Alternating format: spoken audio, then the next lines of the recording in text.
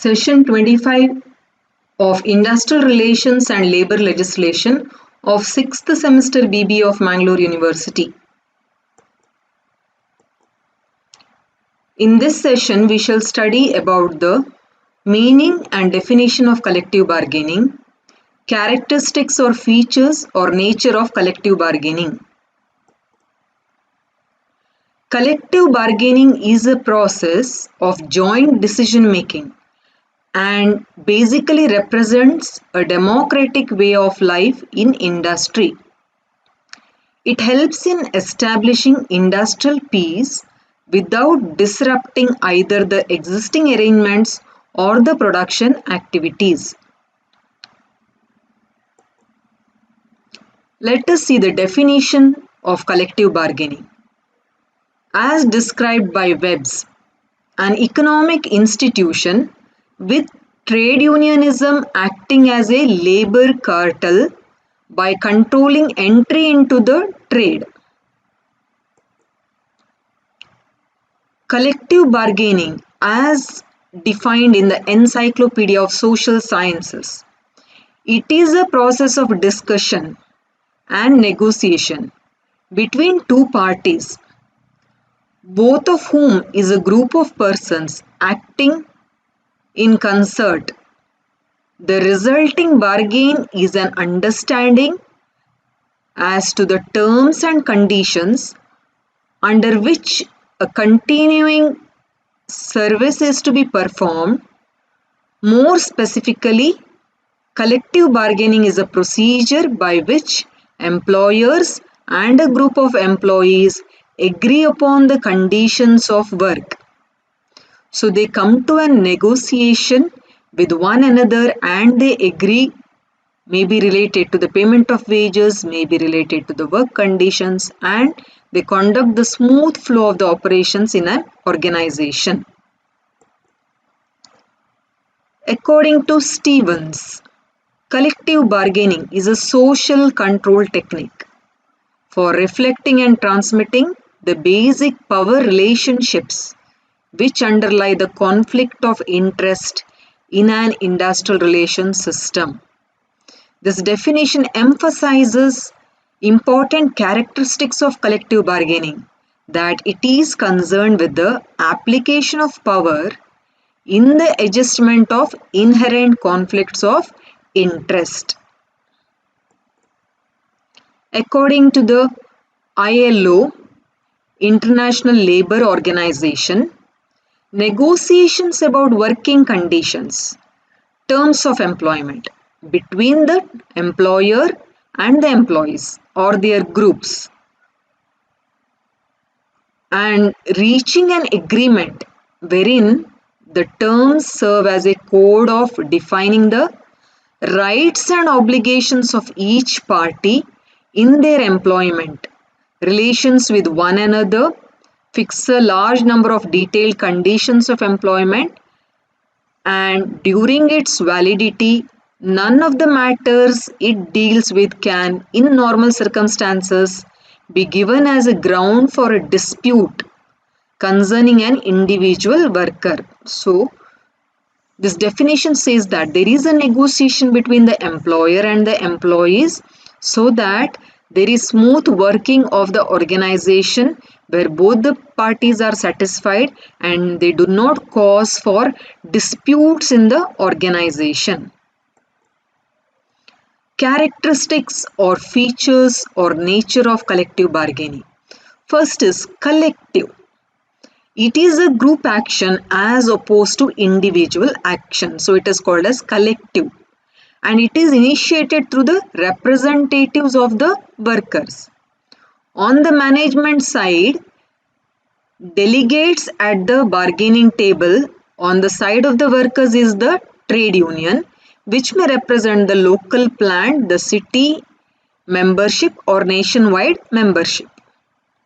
Second is, it is flexible. It is a group action where representatives of workers and management expand their energies in order to arrive at consensus and agreement. It has sufficient flexibility since no party can afford to be inflexible or rigid in any situation.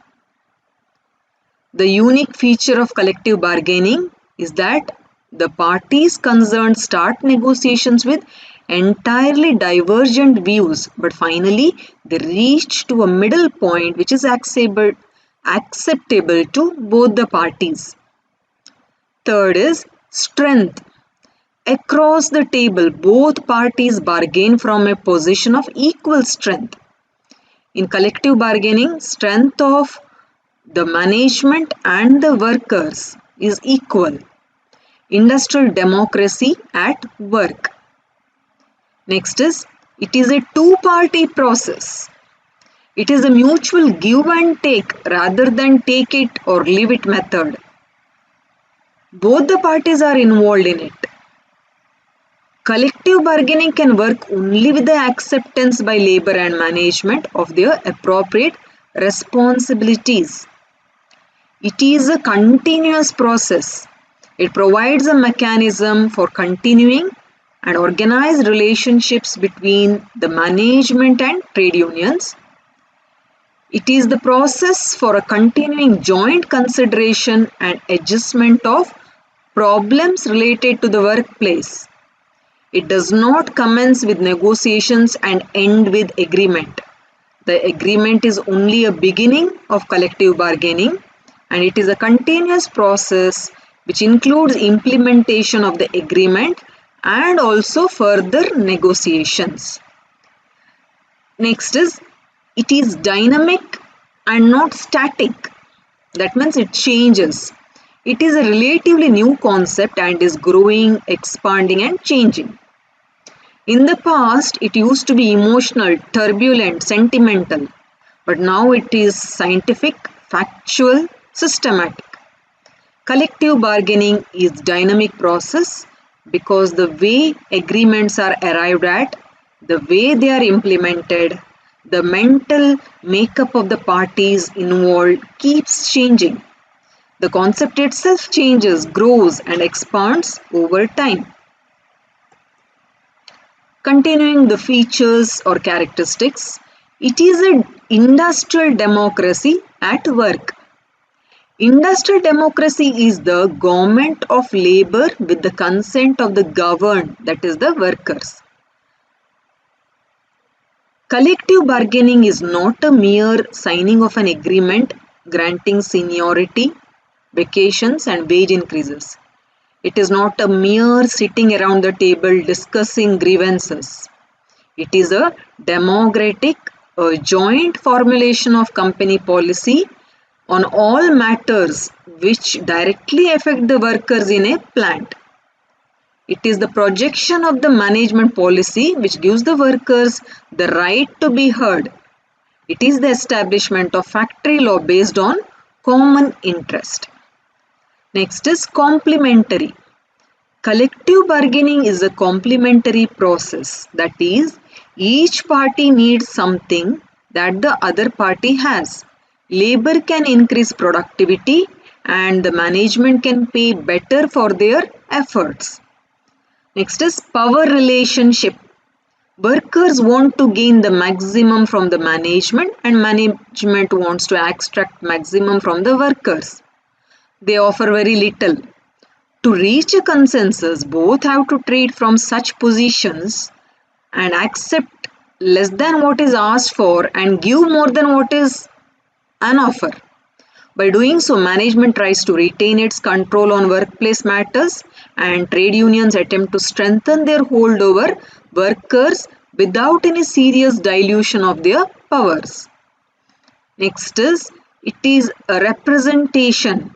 The chief participants in collective bargaining do not act for themselves.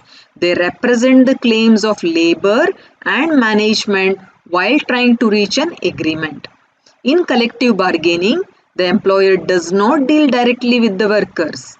He carries out negotiation with representatives of unions who are authorized to bargain with the employer on work-related matters. Next is bipartite process.